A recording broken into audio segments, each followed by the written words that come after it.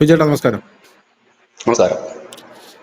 അമേരിക്കയുടെ പ്രസിഡന്റായിട്ടുള്ള Donald Trump ലോകത്തുള്ള എല്ലാ രാജ്യങ്ങൾക്കും മുക്കിന് മുക്കിന് താരിഫ് അടിച്ചു കൊടുക്കുകയാണ്.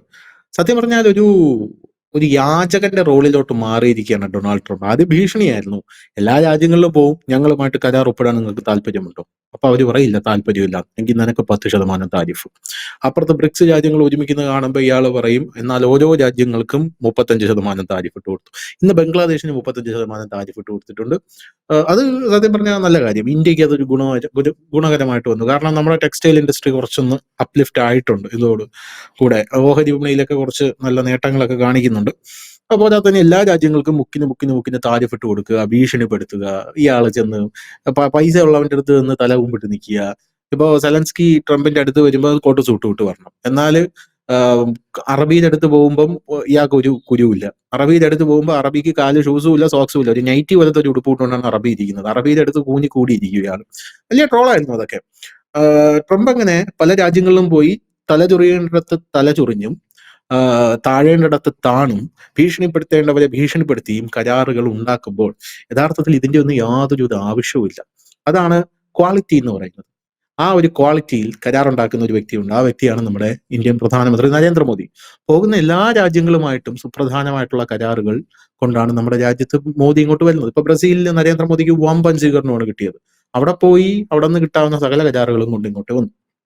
നമീബിയയിൽ നിന്നും യുറേനിയം ഇങ്ങോട്ട് എക്സ്പോർട്ട് ചെയ്യാനുള്ള കരാറുണ്ടാക്കിയെന്ന് കേൾക്കുന്നു.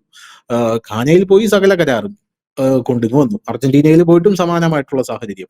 ഇപ്പോഴിതാ നമുക്ക് കേൾക്കാൻ സാധിക്കുന്നത് ട്രംപ് ആഗ്രഹിച്ച സാധനം, അതായത് ട്രംപും ഇന്ത്യയും തമ്മിൽ ഒരു വലിയ വ്യാപാര കരാർ ഉണ്ടാകാൻ പോകുന്നു എന്നാണല്ലോ ഇയാൾ അനൗൺസ് ചെയ്തത്. കാരണം ഇന്ത്യ ഏറ്റവും വലിയ വിപണിയാണ്. ഇയാൾക്ക് ഒരുപാട് കാര്യത്തിൽ ഇങ്ങോട്ട് കണ്ടുണ്ട്. 13 ലക്ഷം കോടി രൂപയാണ് നമ്മൾ ഒരു വർഷം ഡീസലും പെട്രോളും വാങ്ങാൻ വേണ്ടി മാത്രം ചെലവാക്കുന്നത്, അതായത് ക്രൂഡ് ഓയിൽ.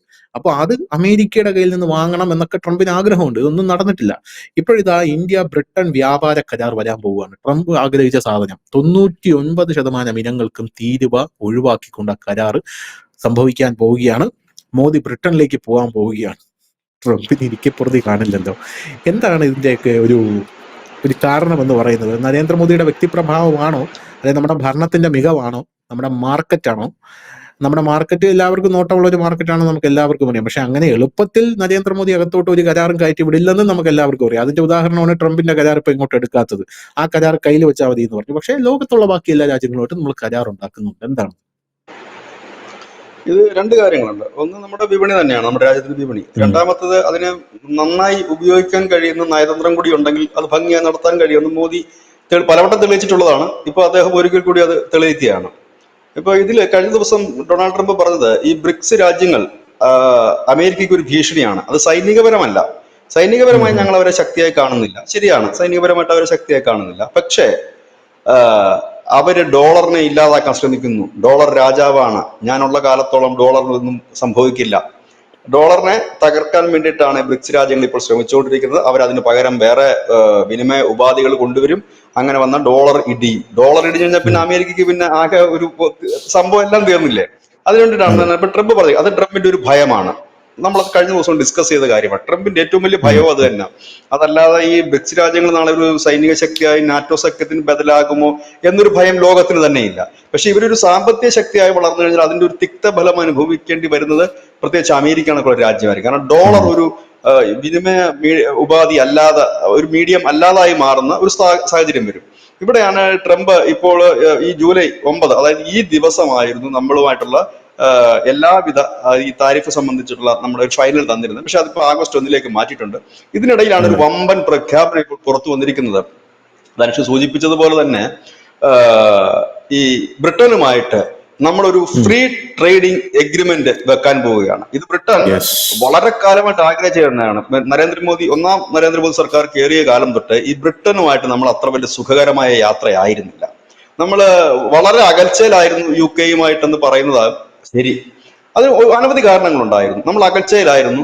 അവരും ഇതുപോലെ ആദ്യം ഒരു ധാർഷ്ട്യത്തിലായിരുന്നു, വേണമെങ്കിൽ വന്ന് നമ്മുടെ കാല് പിടിക്കട്ടെ. നമ്മൾ അവരെ മൈൻഡ് ചെയ്യാതെ മുമ്പോട്ട് പോകും തോറും അവർ പിന്നീട് നമ്മൾ അടുക്കാനുള്ള ഒരു വലിയ ശ്രമം അവരുടെ ഭാഗത്തുനിന്ന് ഉണ്ടായി എന്ന് തന്നെ നമുക്ക് പറയേണ്ടി വരും.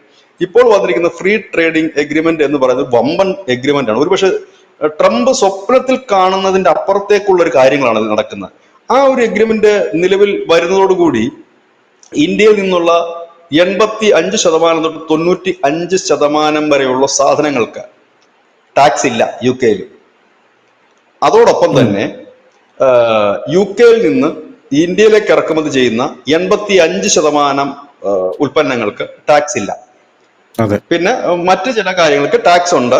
അത് 10 വർഷത്തിനുള്ളിൽ 100% ഉൽപ്പന്നങ്ങൾക്കും ഫ്രീ ടാക്സ് ആക്കുകയാണ്. അങ്ങോട്ടും ഇങ്ങോട്ടും ടാക്സ് ഇല്ലാതെ കച്ചവടം ചെയ്യാം ഉം. എന്നുള്ള നിലയിലേക്ക്. ഇത് നമ്മളെ സംബന്ധിച്ച് ഈ 10 വർഷത്തിനുള്ളിൽ 34 ബില്യൺ ഡോളറിന്റെ ബിസിനസ്സിലേക്ക് ഇത് വളരും എന്നാണ് പറയുന്നത്. ഇപ്പൊ നമുക്ക് വളരെ തുച്ഛമായ ഇതേ ഉള്ളൂ, ട്രേഡിംഗേ ഉള്ളൂ അവർക്ക്. ആണാണ്.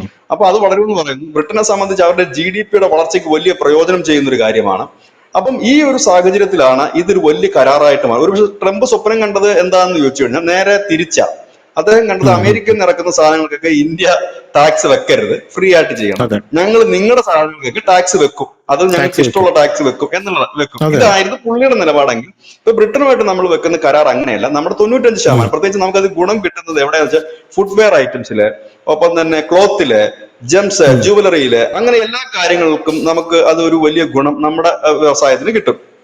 ഒപ്പം തന്നെ ബ്രിട്ടനെ സംബന്ധിച്ച് ഒരു വലിയ വിപണി തുറന്നു കിട്ടുകയാണ് അവരുടെ ഉൽപ്പന്നങ്ങൾ. അതായത് നമുക്ക് യു കെയുടെ പ്രൊഡക്റ്റുകൾ ഈ വലിയ വില ഇല്ലാതെ തന്നെ വാങ്ങാൻ കഴിയും. ഇനി ഇവിടെ വന്നിട്ട് ഇനി ട്രംപിന്റെ പുതിയ താരിഫ് വെച്ചിട്ട് പുതിയ കരാർ നമ്മൾ അമേരിക്കയായിട്ട് ഉണ്ടാക്കിയാൽ പോലും ഇതിനെ വെട്ടുക അസാധ്യമാണ്. ഇപ്പൊ യു കെയുടെ ഒരു ഒരു ഒരു ഒരു സംഭവം, ഒരു ബ്രാൻഡി, ഇപ്പൊ ബ്രാൻഡിക്കൊക്കെ വളരെയധികം ടാക്സ് കുറയുകയാണ് യു കെ. അപ്പൊ വരുന്നു വിസ്കിക്കോ ബ്രാൻഡിക്കോ കണ്ട, അപ്പൊ അത് കുറയുന്നു. അത് കുറയുമ്പോൾ സ്വാഭാവികമായിട്ട് നമ്മൾ മറ്റേത് വാങ്ങില്ല. രണ്ടും വിപണിയിൽ ഉണ്ടെങ്കിൽ പോലും വില കൂടിയത് വാങ്ങും, വില അല്പം കുറഞ്ഞത്, രണ്ടും ഏകദേശം ഒരേ ക്വാളിറ്റി ആണെന്നുണ്ടെങ്കിൽ അങ്ങനെ ചിന്തിക്കും. പല കാര്യങ്ങളും അങ്ങനെ തന്നെ ആയിട്ട് പോകും. അപ്പൊ അത് ട്രംപിന് വലിയൊരു തിരിച്ചടിയാവും. ഇത് എനിക്ക് തോന്നുന്നത് ഇത്ര പെട്ടെന്നൊന്നും ആയിരുന്നില്ല. ഇടയ്ക്ക് നമ്മുടെ എസ് ജയശങ്കർ, ധനേഷിന് ഓർമ്മയാണ്, അവിടെ ഈ ഖാലിസ്ഥാൻകാര് ജയശങ്കറിനെ കൊടി കാണിക്കാനൊക്കെ വന്ന സംഭവമില്ലേ? അന്ന് ജയശങ്കർ പോയത് ഇതിന്റെ മീറ്റിങ്ങിനായിരുന്നു. ഇത് കുറെ നാളുകളായിട്ട് നടക്കുന്ന മീറ്റിംഗ് ആണ്. ഇപ്പോൾ ഇതാ ഒപ്പുവെക്കാൻ പോകുന്നത്, അത് എഗ്രിമെന്റ് ആകുന്നു. ഇത് ശരിക്കും ട്രംപിനെ ഭ്രാന്ത് പിടിപ്പിക്കുന്നുള്ള കാര്യത്തിൽ യാതൊരു സംശയമുള്ള കാര്യമല്ല. കാരണം പ്രത്യേകിച്ച് പുള്ളിക്ക് വലിയ താല്പര്യമില്ല, യു കെയെ കുറിച്ച് വലിയ താല്പര്യമില്ല. അതിന്റെ ഇടയ്ക്കാണ് ഇന്ത്യ പോയിട്ട് ഇങ്ങനെ ഒരു ഇത് വെച്ചിരിക്കുന്നത്. ഇനിയിപ്പോ ഇനി എന്ത് പറയും എന്നുള്ളതാണ്. ശരിക്കും അക്ഷരാർത്ഥത്തിൽ ഇവിടെ ട്രംപ് വെട്ടിൽ വീണു പോയി എന്ന് പറയാം. കാരണം ഇനി ഇന്ത്യക്കെതിരെ താരിഫ് അടിച്ചു കൊടുക്കുമെന്ന് പറയാൻ പറ്റില്ല. കാരണം ഓൾറെഡി ഇവരുമായിട്ട് ഫ്രീ ട്രേഡിംഗിലേക്ക് അവർ പോകുമ്പോൾ സ്വാഭാവികമായിട്ട് അതൊരു ബുദ്ധിമുട്ടുള്ള കാര്യമാണ്. അതായത് ശരിക്കും പറഞ്ഞാൽ ഇപ്പോ നരേന്ദ്രമോദി ഈ ഒരു കരാറിലൂടെ ചെയ്തിരിക്കുന്നത് ട്രംപിന് ഒരു പ്രഷർ കൊടുക്കുക ചെയ്തത്. ഇത്ര നാൾ ട്രംപ് ഇങ്ങനെ വലിയ ഡയലോഗ് അടിച്ചിട്ട് പ്രഷർ കൊടുത്തോണ്ടിരുന്നെങ്കിൽ നേരെ തിരിച്ചിട്ടാണ്, ഒരു റിവേഴ്സ് പ്രഷറാണ് ഇപ്പൊ കൊടുത്തോണ്ടിരിക്കുന്നത്. അതായത് ഞങ്ങളിത് ഇവിടെ ഇങ്ങനെ ചെയ്യുകയാണ്. അതായത് ട്രംപിന് വേണമെങ്കിൽ ഒന്നുകിൽ 2 ഓപ്ഷനേ ഉള്ളൂ. ഒന്നുകിൽ ഇതുപോലെ ഒരു ഫ്രീ ട്രേഡിംഗ്, അത് മോദിയുടെ മൂന്നാം മോദി മന്ത്രിസഭയിലെ മൂന്നാം മോദി മന്ത്രിസഭ അധികാരമേറ്റപ്പോൾ അദ്ദേഹം ആദ്യം പറഞ്ഞത് ലോകം മുഴുവൻ ഫ്രീ ട്രേഡിംഗിലേക്ക് പോകാമെങ്കിൽ നന്നായിരിക്കും. പല കാര്യങ്ങൾക്കും നമുക്ക് ഷെയറിംഗ് ഇല്ലെങ്കിൽ ലോകത്തിന് മുൻപോട്ട് പോകാൻ കഴിയില്ല. അപ്പം നമുക്കില്ലാത്തത് മതി. അതായത് എടുത്തു പറഞ്ഞൊരു കാര്യമാണ്, നമുക്കില്ലാത്തത് ഉള്ളവൻ തരിക, അവർക്കില്ലാത്തത് നമ്മൾ കൊടുക്കുക എന്നാണ് അദ്ദേഹം പറഞ്ഞത്. അതൊരു പക്ഷെ യാഥാർത്ഥ്യമാകാൻ ഒരുപാട് വർഷങ്ങൾ എടുക്കുമായിരിക്കാം. പക്ഷെ ഇപ്പൊ അതിനൊരു ഒരു ചവിട്ടുപടിയായി ഇത് മുൻപോട്ട് പോകുന്നു. അപ്പൊ സ്വാഭാവികമായിട്ട് ഉയരുന്നൊരു ചോദ്യമുണ്ട്, ഈ യു കെയിൽ നിന്ന് ഈ സാധനങ്ങളൊക്കെ വന്നു കഴിഞ്ഞാല് പിന്നെ ഇവിടുത്തെ വിപണി ഇവിടുത്തെ ഉൽപ്പന്നങ്ങൾ എന്ത് ചെയ്യുമെന്ന് വെച്ചാൽ ഇവിടുത്തെ ഉൽപ്പന്നങ്ങളല്ല അവിടുന്ന് വരുന്നത് എന്നുള്ളതാണ് മറ്റൊരു കാര്യം. കാരണം ഈ നമുക്കറിയാം, അങ്ങനെ ആയിരുന്നുണ്ടെങ്കിൽ ട്രംപുമായിട്ടുള്ള ഈ കരട് കരാർ നേരത്തെ ഒപ്പുവെക്കേണ്ടത്, പാലുൽപ്പന്നത്തിന്റെ ഇത് നമുക്ക് എഗ്രി ചെയ്യാമായിരുന്നു. നമ്മൾ ചെയ്തില്ലത്. ചോളത്തിന്റെ നമുക്ക് ചെയ്യാമായിരുന്നു, സോയാബീന്റെ നമുക്ക് ചെയ്യാമായിരുന്നു. പക്ഷെ അതൊന്നും നമ്മൾ ചെയ്തില്ല.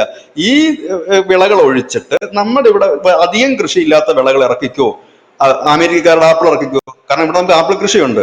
അമേരിക്കയുടെ ആപ്പിൾ ഇറക്കുമ്പോൾ ഒരു പ്രശ്നം അതിനകത്ത് എന്താണെന്ന് വെച്ചാൽ അതിന് വലിയൊരു വാല്യൂ ഇവിടെ കിട്ടില്ല. അതിന് അത്രയും വില കൊടുത്ത് ഇവിടുത്തെ ഒരു ജനത, അതുകൊണ്ടാണ് അമേരിക്കയുടെ ആപ്പിൾ നിങ്ങൾ ഇറക്കിക്കോ, ഒരു കുഴപ്പവും ഇവിടെ ഇല്ല എന്ന് പറയുന്നു.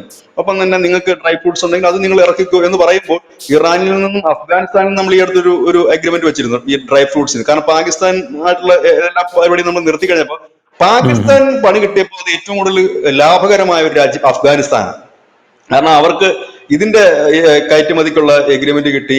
രണ്ടാമത്തെ കാര്യം ഈ ട്രീറ്റ്മെന്റിനുള്ള, കാരണം പാകിസ്ഥാനികൾക്ക് ഒരുപാട് വിസ ട്രീറ്റ്മെന്റിന് കൊടുക്കുക, അതല്ല ഇപ്പൊ അഫ്ഗാനിസ്ഥാനികൾക്കാണ് കൊടുക്കുന്നത്. ഇന്നലെ വളരെ രസകരമായ ഒരു കാര്യം നടന്നു. ഐക്യരാഷ്ട്രസഭയിൽ പാകിസ്ഥാൻ പോയിട്ട് പറയുകയാണ്, അഫ്ഗാനിസ്ഥാൻ ഇപ്പൊ ഭീകരവാദികളുടെ കേന്ദ്രമായി മാറിയിരിക്കുന്നു, അഫ്ഗാനിസ്ഥാൻ ഇപ്പൊ ഭീകര കേന്ദ്രങ്ങൾക്ക് ട്രെയിനിങ് കൊടുക്കണം, ഇത് വെച്ചോണ്ടിരിക്കരുത്, ഇവന്മാരെ നശിപ്പിക്കണമെന്നാണ് ഇപ്പൊ പാകിസ്ഥാൻ ഉം, ഉം, പറയുന്നത്. കാരണം ഇപ്പൊ ഇന്ത്യയായിട്ട് കൂടുതൽ അടുത്ത് നിൽക്കുന്നതുകൊണ്ടാണ് ആ ഒരു സ്ഥാനത്തിലേക്ക് പോകുന്നത്. പിന്നെ ഇവന്മാർ തമ്മിൽ അടിയുമാണ്. ഉം, അപ്പം ഈ ഒരു രീതിയിലേക്ക് പോകുന്നു. അതുപോലെ തന്നെ ഇതിന് തൊട്ട് മുമ്പ് നമുക്ക് നരേന്ദ്രമോദിയുടെ ഒരു ഒരു നല്ല മാസ് നീക്കം എന്ന് നമ്മൾക്ക് മനസ്സിലാക്കിയ ഒരു കാര്യം, ഒരു ഒരു മാസം മുമ്പ്, കഷ്ടിച്ചൊരു മാസം മുമ്പ് ചൈന പറഞ്ഞു നമ്മൾ ഈ അപൂർവ ധാതുക്കളുടെ റയർ മെറ്റൽസ് ഇനി ഇന്ത്യക്ക് തരില്ല. കാരണം അവർ കരുതിയത് ഇന്ത്യയുടെ വാഹന വ്യവസായം തകർന്നു പോകുമെന്ന് കരുതി. പക്ഷെ വാഹന വ്യവസായത്തിന് ഉം, മാന്ദ്യമുണ്ട് എന്നുള്ള കാര്യം യാഥാർത്ഥ്യമാണ്. യാഥാർത്ഥ്യം മൂടി വെക്കാതിരിക്കാൻ കഴിയില്ലല്ലോ, മൂടി വെക്കാനും കഴിയില്ല. അപ്പൊ അതുകൊണ്ട് യാഥാർത്ഥ്യമാണ്. നമ്മുടെ വാഹന കമ്പനികളെല്ലാം തന്നെ പറയുന്നുണ്ട്. അതായത് ഈ നല്ലൊരു ഫ്ലോയിൽ വന്നതിനെ അതൊരു അല്പം പിന്നോട്ടടിക്കാൻ അത് ഇടയാക്കിയിട്ടുണ്ട്. ആ സമയം ഉം, തന്നെ നമ്മൾ 3 രാജ്യങ്ങളുമായിട്ടാണ് ഈ റയർ മെറ്റൽസ് ഒരു കരാർ ഒപ്പുവെച്ചത്. അത് ഒന്ന് ബ്രസീലാണ്, മറ്റൊന്ന് അർജന്റീനയാണ്, ഒരു രാജ്യം കൂടെ ഉണ്ട്. അങ്ങനെ ഈ 3 രാജ്യവുമായിട്ട് നമ്മൾ ഒപ്പുവെച്ചിരിക്കുന്നു. ഈ കഴിഞ്ഞ ദിവസം ഘാനയിൽ പോയി. ഘാന ഈ ലിഥിയത്തിന്റെ ഒരു വലിയ ശേഖരമുള്ള ഒരു രാജ്യമാണ്. അവിടെ നമ്മൾ അത് കൊണ്ടുവരാൻ പോകും. അപ്പം തൽക്കാലത്തേക്ക് നമുക്ക് ഒരു ചെറിയ പണി. പക്ഷെ ചൈന വിചാരിച്ചതുപോലെ ഈ വിപണി തകർന്നടിഞ്ഞില്ല. ഇല്ലെങ്കിൽ മോദി പോയിട്ട് ചൈനയുടെ കാല് പിടിച്ചില്ല, നിങ്ങൾ പറയുന്നതൊക്കെ കേൾക്കാം, ഞങ്ങൾ നിങ്ങൾക്ക് വേണ്ടി വിപണി തുറന്നു തരാം, നിങ്ങളുടെ കാറുകളെല്ലാം ഞങ്ങൾ ഇവിടെ വിറ്റ് അഴിച്ചു തരാം എന്ന് പറഞ്ഞില്ല. പകരം അദ്ദേഹം അടുത്ത ദിവസം വിട്ടു. ഇന്ന് എന്തുകൊണ്ടാണ് GCC രാജ്യങ്ങൾ അടക്കം ഇന്ത്യയോട് വലിയ വെല്ലുവിളിക്ക് വരാത്തത്? നിങ്ങൾക്ക് ഞങ്ങൾ തരത്തില്ല, പെട്രോൾ തരത്തില്ല. പണ്ട് നമ്മൾ കേൾക്കുന്ന സ്ഥിരം കാര്യമാണ്. ഇവിടെ കിടക്കുന്ന സുഡാപ്പികൾ പോലും പോസ്റ്റ് ചെയ്യും, ഗൾഫ് രാജ്യങ്ങളോട് പിണങ്ങിയാണ്ടല്ലോ പണി മേടിക്കുക, അവർ നാളെ എണ്ണ എന്നില്ല എങ്ങനെ ഓടുന്നു ചോദിക്കും. ഇപ്പൊ അവരുടെ എണ്ണയല്ല, നമുക്ക് ഇപ്പം നമ്മൾ 40 രാജ്യങ്ങളിൽ നിന്നാണ് എണ്ണ വാങ്ങുന്നത്. അപ്പം അങ്ങനെ എല്ലായിടത്തു നിന്നും നമ്മൾ വാങ്ങുന്നു. അതിന് നരേന്ദ്രമോദി ഭംഗിയായി പറയുന്ന ഒരു കാര്യമുണ്ട്. അദ്ദേഹം പറയുന്നത് എല്ലാവർക്കും ജീവിക്കാൻ അവകാശമുണ്ട്. അതായത് എല്ലാ രാജ്യത്തെ ജനങ്ങൾക്കും ജീവിക്കാൻ അവകാശമുണ്ട്. അതുകൊണ്ട് തന്നെ നമുക്ക് അങ്ങോട്ടും ഇങ്ങോട്ടുമൊക്കെ എല്ലാ കാര്യങ്ങളും ഷെയർ ചെയ്ത് ട്രേഡ് ചെയ്ത് പോയാൽ മാത്രമേ വിജയിക്കാൻ കഴിയൂ. അതിനുശേഷം അദ്ദേഹം ചെയ്ത ആസിയാൻ രാജ്യങ്ങളെ കൂട്ടുപിടിച്ചുകൊണ്ടാണ് മുൻപോട്ട് പോയത്. ആസിയാൻ ഉം. രാജ്യങ്ങൾക്ക് അതൊരു വലിയ കൈത്താങ്ങായി മാറി. ഇന്തോനേഷ്യ ഇന്നിപ്പോൾ ഇന്ത്യയുടെ കൂടെ നിൽക്കുന്ന ഭയങ്കര ചങ്ക് പറിച്ച് നിൽക്കുന്ന ഒരു ഫ്രണ്ടായിട്ടാണ് ഇന്തോനേഷ്യ ഇന്ന് നിൽക്കുന്നത്. അതിനൊരു പ്രധാനപ്പെട്ട കാര്യം എന്ന് വെച്ചാൽ നമ്മൾ അതുകണക്കുള്ള ചെറിയ ചെറിയ രാജ്യങ്ങളെ, ധനുഷ് ഇന്നലെ പറഞ്ഞ ആ ഒരു ഡയലോഗാണ് കറക്റ്റ്. നമ്മൾ വൻ ശക്തികളുടെ പുറകിലല്ല പോയത്. കുഞ്ഞൻ രാജ്യങ്ങളെല്ലാം പിടിച്ച് നമ്മളൊരു നൂലിൽ ഇങ്ങനെ കോർത്തിട്ടുകൊണ്ട് ഒരു വലിയ സഖ്യം ദേ പോകുന്നു. നരേന്ദ്രമോദി അടുത്ത ദിവസം തന്നെ പോകുന്ന മാൽദീവ്സിലേക്കാണ്. ഉം. അപ്പം ഇങ്ങനെയൊക്കെയുള്ള കുഞ്ഞൻ രാജ്യങ്ങളെ ചേർത്ത്, അത് ഈ കുഞ്ഞു ആളുകൾ ഈ രാജ്യങ്ങൾ ചേരുമ്പോൾ അതൊരു വലിയ ശക്തിയാണ്. സൈനിക പലതുള്ളി ശക്തിയല്ല, പെരുവെള്ളം. പല തുള്ളി പെരുവെള്ളം എന്ന് പറയുന്നത് അതൊരു വലിയ ശക്തി. പിന്നെ ഈ രാജ്യങ്ങളാവുമ്പോഴത്തേനും ഈ വിലപേശലോ ഇല്ലെങ്കിൽ ബാർഗൈനിങ്ങോ പ്രഷറോ ഒന്നും തന്നെ ഇല്ല. അവരുടെ മുമ്പിലേക്കാണ് ഇന്ത്യയെ പോലെ ഒരു വലിയ രാജ്യം, വലിയൊരു വിപണി, ഘാനയെ പോലെ ഒരു ചെറിയ രാജ്യത്ത്, ഇല്ലെങ്കിൽ മറ്റു ചെറിയ രാജ്യത്ത്, ഇപ്പൊ ബ്രസീൽ, ഇന്ത്യ വെച്ച് നോക്കുമ്പോൾ ചെറിയ രാജ്യം, അങ്ങനെയൊക്കെ ഉള്ള രാജ്യത്തേക്ക് ഒരു നമീബിയ. വലിയ രാജ്യം, ഒരു നമീബിയ. അപ്പൊ അവിടുത്തെ വിപണി, അതിന്റെ ഭരണാധികാരി പറയുന്നത് വരൂ നമുക്ക് ഒന്നിച്ച് നിൽക്കാം, ഇല്ലെങ്കിൽ നമുക്ക് മുമ്പോട്ട് പോകാം, നിങ്ങൾക്ക് വേണ്ടത് ഞങ്ങൾ തരാം എന്ന് പറയുന്ന ഒരു ഘട്ടത്തിലേക്ക് വരും. ഇതിന് അദ്ദേഹത്തെ പ്രാപ്തനാക്കിയതും ഈ ലോകത്തിന് വിശ്വാസം ഉണ്ടാക്കി കൊടുത്ത ഒരു സംഭവമായിരുന്നു കോവിഡ് കാലഘട്ടം. ഈ കോവിഡ് കാലഘട്ടത്തിൽ ഇന്ത്യ മരുന്ന് ഉൽപ്പാദിപ്പിക്കുക മാത്രമല്ല ചെയ്തത്. അന്ന് നമുക്കറിയാം അമേരിക്ക പോലും ആ മരുന്ന് മറ്റുള്ളവർക്ക് സപ്ലൈ ചെയ്യാൻ തയ്യാറാകാതിരുന്ന ഒരു കാലഘട്ടത്തിൽ ഇന്ത്യ ആ മരുന്ന് ഉൽപ്പാദിപ്പിച്ചുകൊണ്ട്, ഞങ്ങളാണ് ലോകത്തിന്റെ ഫാർമസി എന്ന് ലോകത്തെ കൊണ്ട് പറയിപ്പിച്ചുകൊണ്ട്, ഇന്ത്യ ലോകത്തിന്റെ ഫാർമസി എന്നാണ് ഇപ്പോഴും അറിയപ്പെടുന്നത്, ഒരു മരുന്ന് അതെ. ഉൽപ്പാദിപ്പിച്ചുകൊണ്ട് സൗജന്യമായി കൊടുത്തു. 50ഓളം രാജ്യങ്ങളാണ് നമ്മൾ സൗജന്യമായി കൊടുത്തത്. ഈ പറയുന്ന തുർക്കിക്ക് നമ്മൾ കൊടുത്തിരുന്നു, ക്യൂബയ്ക്ക് നമ്മൾ കൊടുത്തിരുന്നു. ഈ സഖാക്കൾ പറയുന്ന എല്ലാവർക്കും ക്യൂബയുണ്ട്, കൊടുത്തു, അന്ന് കൊടുത്തു എല്ലാം. കൊടുത്തിരുന്നു. അന്ന് വളരെ രസകരമായ കാര്യം, ആ കാലഘട്ടത്തില് സഖാക്കളും നമ്മുടെ അന്നത്തെ ആരോഗ്യമന്ത്രി ഒക്കെ കൂടെ പറഞ്ഞ കാര്യം, ക്യൂബയുമായി ചേർന്നിട്ട് ഞങ്ങൾ 5 ഈ കോവിഡ് വാക്സിൻ നിർമ്മിക്കുന്ന കമ്പനികൾ കേരളത്തിൽ സ്റ്റാർട്ട് ചെയ്യുന്നു. ഈ പാവം പിടിച്ച ക്യൂബയ്ക്ക് ഇപ്പോഴും കോവിഡ് വാക്സിൻ കൊടുക്കുന്ന ഇന്ത്യ ആണെന്ന് നിങ്ങൾ ആലോചിക്കണം, അതും തികച്ചും സൗജന്യമായിട്ട്. ഈ സഖാക്കൾ പണ്ട് അവിടെ അരികേറ്റി വിട്ടതാ, അവിടെ പട്ടിണി മാറ്റാനായിട്ട് ക്യൂബയിലേക്ക്. അവരാണ് പറഞ്ഞത് ക്യൂബയുമായി ചേർന്നുണ്ട്, അതാണ് ഈ ക്യൂബളം എന്നൊക്കെ ഇടയ്ക്ക് ചിലർ പോസ്റ്റ് ഇടുന്നുണ്ട്. അതെ, അതെ, അതെ, അതെ. അപ്പൊ ഇതാണ് അതിന്റെ കാര്യം. ആ കോവിഡ് നമ്മളുടെ രാജ്യത്തിനെ കുറിച്ചുള്ള ഒരു വിഷൻ, മറ്റുള്ളവരുടെ വിഷൻ മാറ്റിമറിച്ച അക്ഷരാർത്ഥത്തിൽ. കാരണം അവര് നല്ലൊരു രാജ്യമാണ്, വിശ്വസിക്കാൻ കൊള്ളാവുന്ന ഒരു രാജ്യമാണ്, സ്നേഹമുള്ള രാജ്യമാണ്. കാരണം അവർ നമ്മൾ ഒരു കാര്യം കൂടെ ആലോചിക്കണം, നമ്മുടെ രാജ്യം എന്ന് പറയുന്നത് ലോകത്തിലെ ഏറ്റവും കൂടുതൽ ജനസംഖ്യയുള്ള രാജ്യം, 140 കോടി ജനമുണ്ട്. ഈ ജനത്തിന് മരുന്ന് കൊടുക്കുന്നതോടൊപ്പം തന്നെ ലോകത്തിലെ 50-ൽ മുകളിൽ രാജ്യങ്ങൾക്ക് നമ്മൾ മരുന്നെത്തിച്ചു സൗജന്യമായിട്ട്. ഒന്ന്. രണ്ടാമത്തെ കാര്യം, ഈ നമ്മൾ ഈ പറഞ്ഞ താലിബാൻ അവരുടെ അധികാരം പിടിച്ച് ഒരു കൊടും പട്ടിണിയിലേക്ക് പോയപ്പോൾ അങ്ങോട്ടേക്ക് നമ്മൾ ഗോതമ്പ് കയറ്റി വിട്ടു. നമ്മൾ അവരെ നമ്മൾ ഒഫീഷ്യലി അവരെ താലിബാൻ അംഗീകരിക്കുന്നില്ലെങ്കിൽ പോലും അവിടുത്തെ ജനങ്ങൾ പുറത്തുവിട്ട പാകിസ്ഥാനിലേക്ക് നമ്മൾ വേണമെന്ന് ചോദിച്ചാണ്, അതവർ വേണ്ടെന്ന് പറഞ്ഞു. അവരുടെ അഭിമാനബോധം. തുർക്കിയില് അവിടെ ഒരു കനത്ത ഭൂകമ്പമുണ്ടായപ്പോൾ അവിടെ ആദ്യം രക്ഷാപ്രവർത്തനവുമായി ചെന്ന രാജ്യം ഇന്ത്യയാണ്. ഇന്ത്യയുടെ മിലിറ്ററിയുടെ ഹോസ്പിറ്റൽ ഫ്ലൈറ്റുകളാണ് അവിടെ ആദ്യം ചെന്നിറങ്ങുന്നത്. വലിയ രീതിയിലുള്ള ദുരിതാശ്വാസ പ്രവർത്തനം നടത്തിയ രാജ്യമാണ് നമ്മുടേത്. അങ്ങനെ ലോകത്തിന്റെ മുഴുവൻ വിശ്വാസം ആർജിക്കാൻ മോദി സർക്കാരിന് കഴിഞ്ഞു. ഒപ്പം തന്നെ മികച്ച നയതന്ത്രം. ഇന്നലെ ഞാനൊരു മനോഹരമായ കാഴ്ചയുണ്ട്. അദ്ദേഹം ഈ ഘാനയിൽ പോയിട്ട് അവിടുത്തെ പാർലമെന്റ് അംഗങ്ങൾക്ക് ഷെയ്ക്ക് ഹാൻഡ് കൊടുത്തുകൊണ്ട് പോകുന്നു. അപ്പോൾ ഇതിൽ ഈ പാർലമെന്റ് അംഗങ്ങളൊക്കെ ഭയങ്കര ആവേശത്തോട് വേറൊരാൾക്ക് ഷേക്ക് ഹാൻഡ് കൊടുക്കാനായിട്ട് ഇങ്ങനെ കൈ നീട്ടുന്നു. അപ്പൊ ഞാൻ കരുതി ഇത് ആർക്കാണ് ഇവര് ഈ ഷേക്ക് ഹാൻഡ് കൊടുക്കാൻ പോകുന്നത്? കാരണം മോദിയാണല്ലോ അവിടുത്തെ താരം. അപ്പൊ ഇദ്ദേഹത്തിന് ഷേക്ക് ഹാൻഡ് കൊടുക്കുന്നു, അതിനുശേഷം അതിനേക്കാൾ വലിയ ആവേശത്തിൽ ഒരാൾക്ക് കൈ നീട്ടുന്നുണ്ട്. അപ്പൊ എനിക്ക് മനസ്സിലായില്ല, കുറെ നേരം ഈ വീഡിയോയിൽ കാണിക്കുന്നില്ല. ഈ മോദിയെ ഫോക്കസ് ചെയ്തുകൊണ്ടാണ് ആ വീഡിയോ പിടിച്ചിരിക്കുന്നത്. എനിക്ക് തോന്നുന്നു അവരുടെ വീഡിയോ തന്നെ ആണെന്ന് തോന്നുന്നു.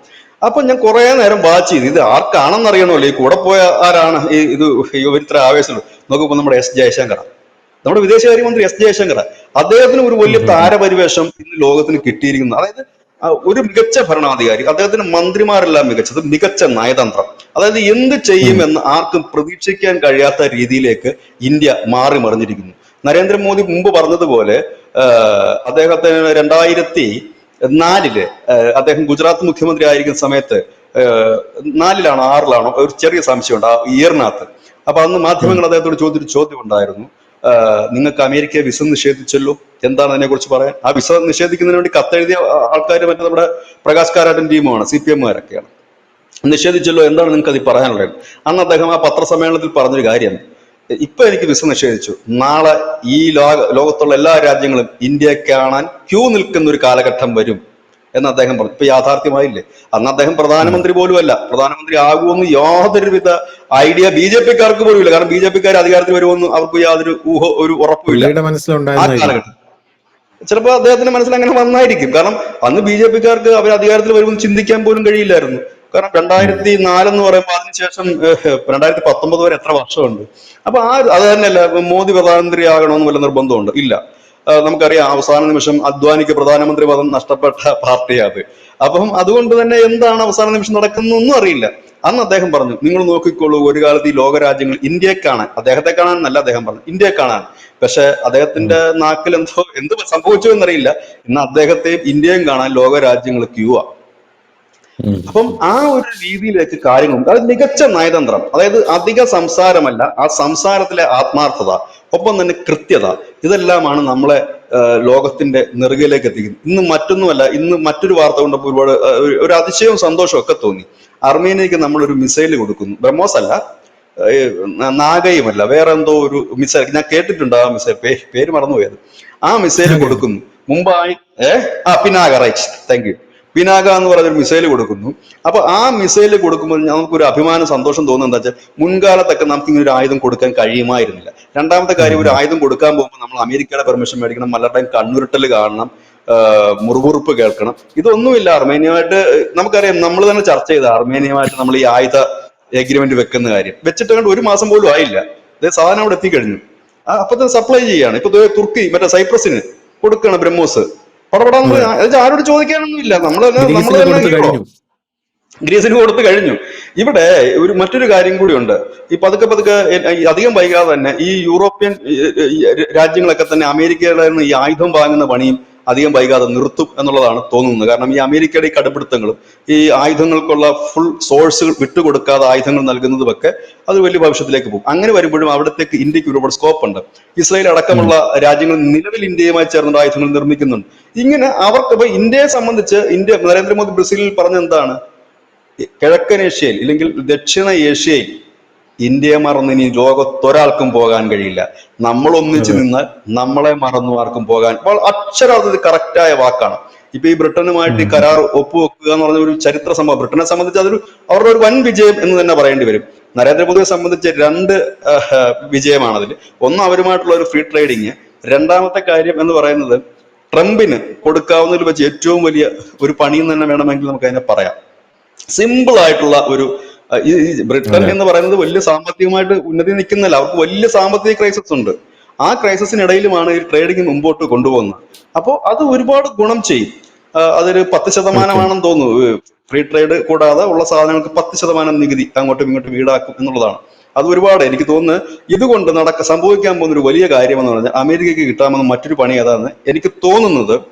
ഏറ്റവും കൂടുതൽ ജെറ്റ് എഞ്ചിൻ നിർമ്മിക്കുന്നതിൽ വിദഗ്ധരായിട്ടുള്ള കമ്പനികളുള്ളത്, മാനുഫാക്ചറിങ് യൂണിറ്റുകളുള്ളത് ബ്രിട്ടനിലാണ് കമ്പനികൾ.